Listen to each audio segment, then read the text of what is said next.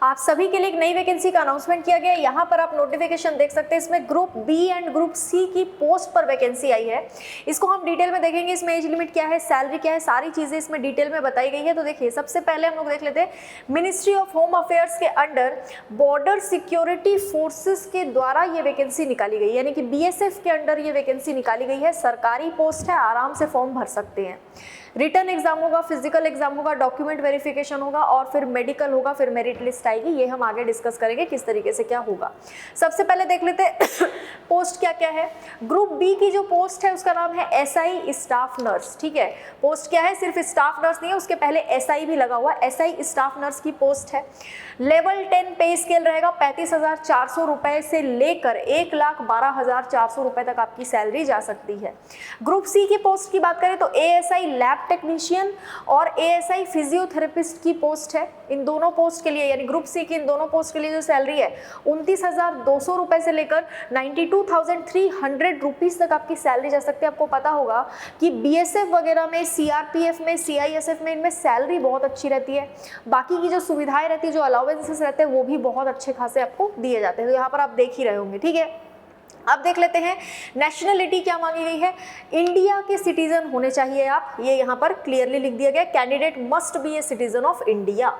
अब यहाँ पर देखते हैं एलिजिबिलिटी क्या रहेगी, यानी कि क्वालिफिकेशन आपका क्या होना चाहिए, educational qualification. SI staff nurse के लिए अगर आपने 12वीं पास किया है, 12वीं पास के साथ साथ नर्सिंग में आपने डिग्री या डिप्लोमा हासिल किया है, उसके साथ साथ आपका जो रजिस्ट्रेशन है वो general nurse and midwife with central और स्टेट नर्सिंग काउंसिल, यानी सेंट्रल या फिर स्टेट नर्सिंग काउंसिल में जनरल नर्स और मिडवाइफ की तौर पर आपका रजिस्ट्रेशन होना जरूरी है। रजिस्टर्ड होंगे आप तो ही आप ये फॉर्म भर पाएंगे। ये तीनों पॉइंट्स आपको समझ लेना है। ठीक है, एएसआई लैब टेक्नीशियन की बात करें तो 10+2 आपका होना चाहिए, 12वीं होना चाहिए, लेकिन 12वीं में साइंस आपने लिया हो तो ही आप ये फॉर्म भर सकते हैं।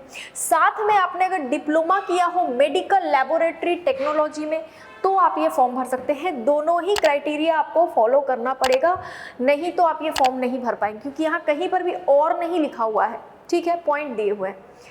एएसआई फिजियोथेरेपिस्ट की बात करें तो 12वीं पास किया हो आपने साइंस स्ट्रीम में, साथ में डिग्री या डिप्लोमा आपके पास हो फिजियोथेरेपी में, तो आप ये फॉर्म भर सकते हैं। ठीक है, यानी कि 12वीं पास तो आप हो, है ना, दोनों ही पोस्ट के लिए। साइंस स्ट्रीम में 12वीं पास, साथ में डिग्री या डिप्लोमा भी रिलेवेंट फील्ड में मांगा गया है। तो अगर आपने ऐसा कोई डिग्री डिप्लोमा हासिल किया है 12वीं के बाद तो आप ये फॉर्म आराम से भर सकते हैं।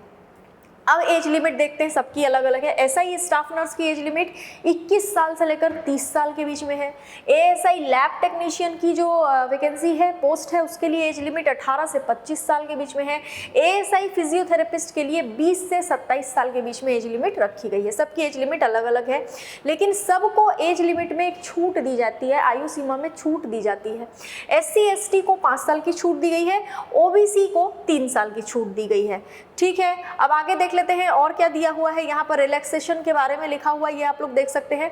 अब फिजिकल स्टैंडर्ड, यहाँ पर देखिए मेल और फीमेल की हम बात करेंगे। हाइट जो है मेल की, यानी लड़कों की 165 सेंटीमीटर होनी चाहिए, लड़कियों की 150 सेंटीमीटर होनी चाहिए। इतनी हाइट है तो ही फॉर्म भरेंगे। चेस्ट लड़कों का अनएक्सपेंडेड, यानी बिना फुलाए 76 सेंटीमीटर और फुलाने के बाद 81 सेंटीमीटर होना चाहिए। लड़कियों के लिए ये किसी भी पोस्ट में एप्लीकेबल नहीं होता है।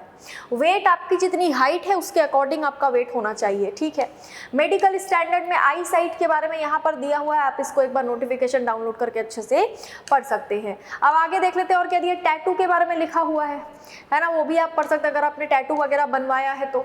अच्छा, सिलेक्शन प्रोसीजर कैसा होगा। सबसे पहले मैंने आपको वीडियो की स्टार्टिंग में ही बता दिया था कि सबसे पहले आपका रिटन एग्जाम होगा, लेकिन किस तरीके से होगा। देखिए, हर एक पोस्ट के लिए रिटन एग्जाम जो होगा ना, उसमें सब्जेक्ट अलग अलग है। यहाँ पर अगर हम देखेंगे तो first phase of examination, so that written exam will be conducted at various examination centre. There will be 1 composite paper for 2 hour duration. Question paper will be objective type, MCQ based question होंगे, 2 घंटे का समय आपको दिया जाएगा। ये सब लिखा हुआ है। नर्सिंग स्टाफ नर्स के लिए जो पोस्ट है यानी एसआई स्टाफ नर्स की जो पोस्ट है उसमें general knowledge and numerical aptitude 25 number के question, human anatomy and physiology 25 number के क्वेश्चन। बाकी थर्ड पार्ट में आएगा professional medical and surgical nursing, health and illness, nursing care of person, pregnancy and labour midwifery, इसके 50 question आएंगे, total 100 number के question आएंगे। ठीक है, 25 25 50 नंबर के टोटल 100 नंबर के क्वेश्चन आएंगे। रिटन एग्जाम जो होगा आपका एसआई स्टाफ नर्स के लिए। अब यहाँ पर देखते हैं एएसआई लैब टेक्नीशियन की पोस्ट के लिए general knowledge and numerical aptitude, human anatomy and physiology, पहला और दूसरा पार्ट तीनों में सेम है। इसमें भी आप अगर देखोगे ना एएसआई फिजियोथेरेपिस्ट में पहला दूसरा पार्ट सेम है, तीसरा पार्ट सबका अलग अलग है। तीसरे पार्ट में आपको एएसआई लैब टेक्नीशियन के लिए biochemistry, microbiology including immunology, haematology and blood banking, histopathology including clinical pathology and molecular biology, laboratory management, parasitology, serology, virology, इनके क्वेश्चंस आएंगे 50 नंबर के। 25 25 50 टोटल 100 नंबर के क्वेश्चन आपके आएंगे। एएसआई फिजियोथेरेपिस्ट की पोस्ट की बात करें तो पहला दूसरा पार्ट तो सेम है। तीसरे पार्ट में इसमें रहेगा fundamental of biochemics and exercise therapy, physical and electrotherapy, physiotherapy, orthopedics, sports neurology, cardio respiratory, rehabilitation and geriatrics, total 100 number के क्वेश्चन आएंगे। 25 25 50। ठीक है, क्वालिफाइंग मार्क्स जो रहेंगे वो जनरल, ईडब्ल्यूएस और ओबीसी कैंडिडेट्स के लिए 45%, एससी एसटी कैटेगरी के लिए 40%। ठीक है, अब आगे देख लेते हैं। सेकेंड फेज जो होगा आपका एग्जामिनेशन का वो होगा physical standard test. Physical test आपका होगा जब आप रिटर्न क्वालिफाई कर जाएंगे। इसमें क्या क्या होने वाला है, रन होने वाला है, दौड़, लॉन्ग जंप और हाई जंप। रन में आपको अगर आप मेल हैं, लड़के हैं, 1.6 किलोमीटर दौड़ना है 7 मिनट के अंदर, फीमेल है तो 800 मीटर दौड़ना है 5 मिनट के अंदर। लॉन्ग जंप करना है अगर आप मेल हैं तो 11 फीट का लॉन्ग जंप जिसके लिए आपको 3 चांस दिया जाएगा, फीमेल को 8 फीट का लॉन्ग जंप करना है, 3 चांस दिया जाएगा। हाई जंप में मेल को 3.5 फीट तक हाई जंप करना है, 3 चांस दिया जाएगा। 2.5 फीट तक फीमेल को हाई जंप करना है, 3 चांस दिया जाएगा। ये आपका फिजिकल हो गया। फिजिकल पास कर जाएंगे तो डॉक्यूमेंट वेरिफिकेशन होगा आपका, जो भी आप लोगों का डॉक्यूमेंट मांगा गया है, सर्टिफिकेट वगैरह, कोई एक्सपीरियंस लेटर आपके पास हो, ये सारी चीज़ें आपको देनी है। डॉक्यूमेंट वेरिफिकेशन आपका क्लियर हो गया तो उसके बाद आपका मेडिकल एग्जामिनेशन हो जाएगा, फिर फाइनल मेरिट आ जाएगी। आप फॉर्म कब तक भर सकते हैं तो 19 मई से फॉर्म भरना शुरू हो चुके हैं, 17 जून 2024 तक आप फॉर्म भर सकते हैं। लगभग 1 महीने का समय आपको दिया गया। फॉर्म के फीस की बात करें तो एसआई स्टाफ नर्स की जो पोस्ट है उसके लिए फॉर्म की फीस 200 रुपये रखी गई है और साथ में 100 रुपये रखी गई है जितने भी ग्रुप सी के पोस्ट हैं उनके लिए। एएसआई वाली जो पोस्ट है उनके लिए 100 रुपये एग्जाम फीस रखी गई है। ठीक है, लेकिन ये बात ध्यान में रखना है कि अगर आप किसी भी कैटेगरी से वुमेन कैंडिडेट हो, ठीक है, तो आपको कोई फॉर्म की फीस नहीं देनी है। अगर आप एसटी एससी मेल फीमेल कुछ भी हो तो आपको फॉर्म की फीस नहीं देनी, यानी कि जनरल, ईडब्ल्यूएस और ओबीसी कैटेगरी से जो मेल कैंडिडेट है सिर्फ उन्हीं को फॉर्म की फीस देनी है। अब बात करें एग्जामिनेशन सेंटर की तो हम लोग देख लेते हैं। यहाँ पर अगर आप देखोगे, मैं मध्य प्रदेश का बता देती हूँ, इंदौर में और ग्वालियर में आपको एग्जाम सेंटर दिया जा रहा है। यहाँ पर आप देख लो, ठीक है, ग्वालियर और इंदौर। बाकी अलग अलग स्टेट्स में भी आपको एग्जाम सेंटर दिया जा रहा है। जिस भी स्टेट के हो एक बार इस नोटिफिकेशन को आप डाउनलोड कर लेना, सारी चीज़ें आपको इसमें मिल जाएंगी, इंपॉर्टेंट इंस्ट्रक्शंस आपके लिए।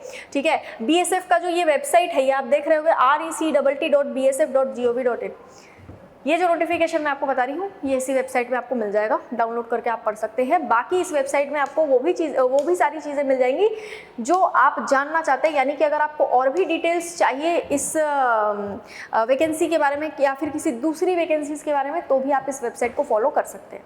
बाकी कोई भी डाउट या कन्फ्यूजन हो तो आप मुझे कमेंट बॉक्स में पूछ सकते हैं। वीडियो को लाइक कीजिए, चैनल को सब्सक्राइब कीजिए, वीडियो को शेयर कीजिए। Thank you so much.